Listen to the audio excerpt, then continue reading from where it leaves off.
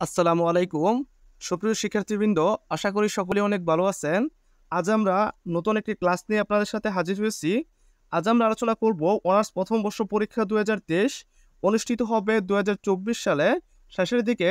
তাদের জন্য ক্যালকুলাস 1 খুবই গুরুত্বপূর্ণ একটি সাজেশন উপস্থাপন করব।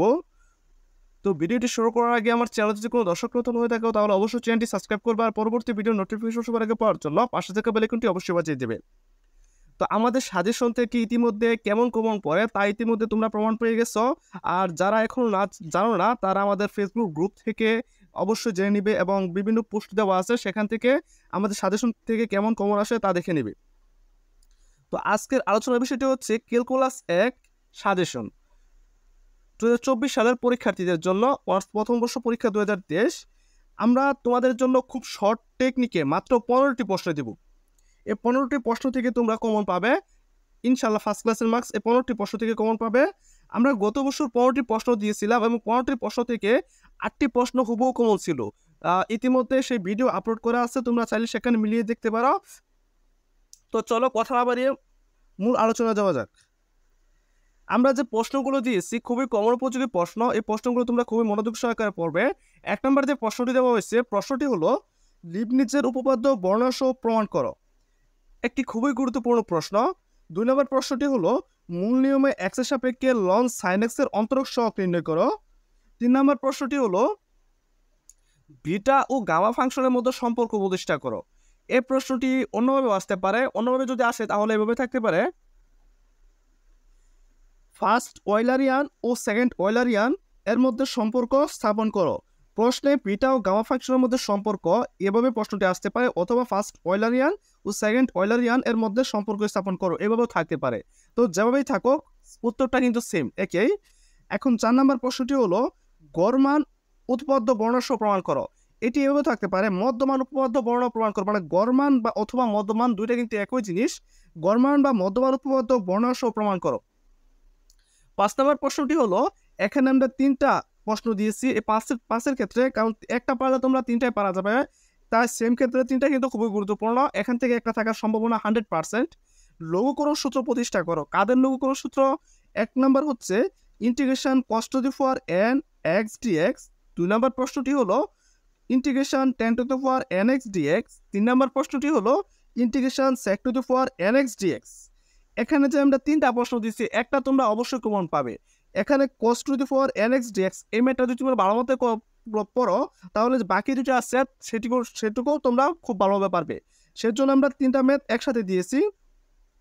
প্রশ্ন কিন্তু পরীক্ষার প্রশ্নে কিন্তু 3টা একসাথে থাকবে না, প্রশ্নে থাকবে integration cos to the power nx dx এর লঘুকরণ সূত্র প্রতিষ্ঠা করো, অথবা নিচেরটা থাকবে অথবা শেষেরটা থাকবে, অথবা দুইটা থাকতে পারে যদি গয়ভাগে আসে।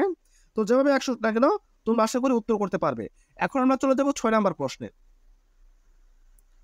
প্রশ্ন নম্বর 6 হলো ল্যাগ্রাঞ্জের আকারের অবশেষ সহ টেলরের উপপাদ্য বর্ণনা ও প্রমাণ করো। এটা কিন্তু খুবই খুবই খুবই গুরুত্বপূর্ণ একটি প্রশ্ন, এটা তোমরা খুবই ভালোভাবে পড়বে। 7 নম্বর প্রশ্নটি হলো ফাংশনের গরিষ্ঠ মান ও লঘিষ্ঠ মান নির্ণয় করো। এখানে আমি 3টা ফাংশন দিয়েছি, এখানে কিন্তু 3টা একসাথে আসবে না, পরীক্ষায় মাত্র একটা আসবে। এবং কোন একটা আসে সেটা কিন্তু আমি এখানে তো 3টা নিয়মে দিছি। f of x equal x cube minus 9x square plus 24x plus 15 ফাংশনের গরিষ্ঠ মান ও লঘিষ্ঠ মান নির্ণয় করো। অথবা এটা আরেকটা প্রশ্ন আসতে পারে y equal x to the power 6 minus 12 x to the power 5 plus 36 x to the power 4 plus 4। এবং 3 নম্বর প্রশ্নটি হলো f of x equal x to the power 5 minus 5x to the power 4 plus 5x cube minus 1। এত ফাংশনটির গরিষ্ঠ মান এবং লঘিষ্ঠ মান নির্ণয় করো। তো যেভাবে আসুক না কেন তোমরা একটা ম্যাথ যদি এখান থেকে ভালোভাবে করো তাহলে দেখা যাবে এখানে এই যাবতীয় মানে এই চ্যাপ্টারের যাবতীয় ম্যাথই তোমরা পারবে।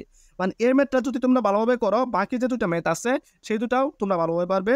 তো তোমরা কিন্তু এই প্রশ্নগুলো তোমাদের বইয়ের সাথে মিলিয়ে নিবে। যারা সায়েন্স ভিউ কিনছো তারা সায়েন্স ভিউর সাথে, যারা তিতাস পাবলিকেশন কিনছো তারা তিতাস পাবলিকেশনের সাথে এই ম্যাথগুলো মিলিয়ে নিবে।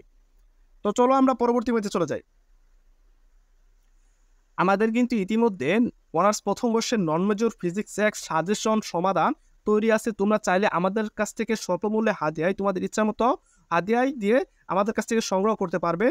আমাদের কিন্তু নন মেজর ফিজিক্স এক সাজেশন থেকে গত বছর মাত্র 25টি প্রশ্ন থেকে 52 মার্কস কমন ছিল 70 নম্বর থেকে খ এবং গ বিভাগের। এবার কিন্তু ক বিভাগ, খ বিভাগ এবং গ বিভাগ 3 বিভাগেরই সাজেশন ইতিমধ্যে আপলোড করেছি আমি আমাদের চ্যানেলে, এবং সমাধান সহ তোমরা যদি নিতে চাও তাহলে আমার সাথে যোগাযোগ করতে পারবে। ফিজিক্স 1 সাজেশনের ভিডিও দেখে এবং সেখানে কমেন্ট বক্সে কীভাবে সংগ্রহ করবে সেটি বিস্তারিত দেওয়া আছে। তো চলো এখন আমরা 8 নম্বর প্রশ্নে চলে যাই। 8 নম্বর প্রশ্নটি হলো, প্রমাণ করো যে ইন্টিগ্রেশন ইনফিনিটি আপার লিমিট হচ্ছে ইনফিনিটি থেকে লোয়ার লিমিট হচ্ছে 0 e⁻x² dx √π/2।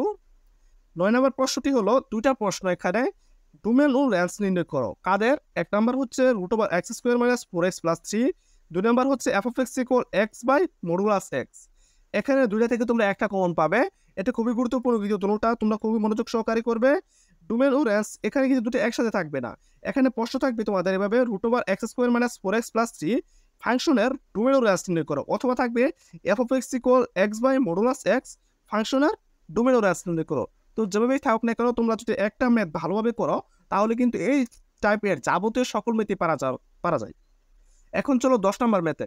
10 নম্বর যে ম্যাথটি দেওয়া হয়েছে, b² x² + a² y² = a²b² উপবৃত্তকে এককে চতুর্দিকে ঘোরালে যে ঘনবস্তু উৎপন্ন হয় তার আয়তন ও তলের ক্ষেত্রফল নির্ণয় করো। এখন আমরা চলে যাব 11 নম্বর ম্যাথে। 11 নম্বরটি তোমাদের জন্য প্রশ্নটি দেওয়া হয়েছে, এখানে 4টা ম্যাথ আমরা দিয়েছি। 11 নম্বর প্রশ্নে 4টা ম্যাথের ক্ষেত্রে অবিচ্ছিন্নতা ও অন্তরীকরণযোগ্যতা আলোচনা করো। এখানে কিন্তু একটা ম্যাথ যদি তোমরা ভালোভাবে মনোযোগ সহকারে করো, এই চ্যাপ্টারের এবং চ্যাপ্টার তো দূরের কথা, মানে যাবতীয় এই টাইপের যাবতীয় সকল ম্যাথ তোমরা সম্পূর্ণ পারবে। তো চলো, এই জন্য আমরা এখানে 4টা ম্যাথ, গুরুত্বপূর্ণ 4টা ম্যাথ দিয়েছি। 1 নম্বর হচ্ছে f(x) = x² + 1 যখন x <= 0, x যখন 0 x <= 1, 1/x যখন x > 1 এর x = 1 বিন্দুতে। তো তোমাদের যদি পরীক্ষায় আসে তাহলে এই ম্যাথটা এভাবে আসবে, এই ফাংশনটা দেওয়া থাকবে, বলা হবে x = 1 বিন্দুতে অবিচ্ছিন্নতা ও অন্তরীকরণযোগ্যতা আলোচনা করো, অথবা বলা থাকতে পারে শুধু অবিচ্ছিন্নতা থাকতে পারে, শুধু অন্তরীকরণযোগ্যতা থাকতে পারে। সেজন্য আমি এই টাইপ করে তোমাদেরকে বানিয়ে দিয়েছি প্রশ্নটি, তোমরা খুব সহজেই যাতে বুঝতে পারো। এখন আমরা চলে যাব 2 নম্বর ম্যাথে। প্রশ্নটি হলো, f(x) = x sin 1/x যখন x ≠ 0, 4 যখন x = 0 এর x = 0 বিন্দুতে অবিচ্ছিন্নতা অন্তরীকরণযোগ্যতা আলোচনা করো। 3 নম্বর প্রশ্নটি হলো, f(x) = (x - 1 + (x - 3) এর x = 1 বিন্দুতে অবিচ্ছিন্নতা অন্তরীকরণযোগ্যতা আলোচনা করো। 4 নম্বর প্রশ্নটি হলো, f(x) = 3 + 2x যখন -3/2 <= x <= 0, 3 - 2x যখন 0 <= x <3/2, -3 - 2x যখন x > 3/2 এর 0 এবং x = 3/2 বিন্দুতে অবিচ্ছিন্নতা ও অন্তরীকরণযোগ্যতা, তোমরা দুটাই পড়বে, অবিচ্ছিন্নতা ও অন্তরীকরণযোগ্যতা আলোচনা করো। তোমাদের জন্য 12 নম্বর যে প্রশ্নটি দেওয়া হয়েছে, প্রমাণ করো অন্তরীকরণযোগ্য ফাংশন সর্বদাই অবিচ্ছিন্ন। এটা তোমরা খুবই ভালোভাবে পড়বে, এটা খুবই গুরুত্বপূর্ণ। 13 নম্বর প্রশ্নটি হলো, r = a 1 + cos θ এবং r = a 1 - cos θ কার্ডিওয়েডের সাধারণ অংশের ক্ষেত্রফল নির্ণয় করো। এটাও খুবই গুরুত্বপূর্ণ প্রশ্ন। 14 নম্বর প্রশ্নটি হলো, y = x⁴n ln x হয়, যদি y = x⁴n ln x হয় তাহলে প্রমাণ করো যে yn+1 মানে y কে n+1 সংখ্যক অন্তরীকরণ যদি হয় ইকুয়াল হবে n⁴x। এখন সর্বশেষ তোমাদের জন্য যে প্রশ্নটি রয়েছে 15 নম্বর প্রশ্নটি হলো, r = 1 - cos θ এর পরিসীমা নির্ণয় করো। এটা কিন্তু খ বিভাগের প্রশ্ন, উপরেরটাও খ বিভাগও আসে, গ বিভাগও আসে।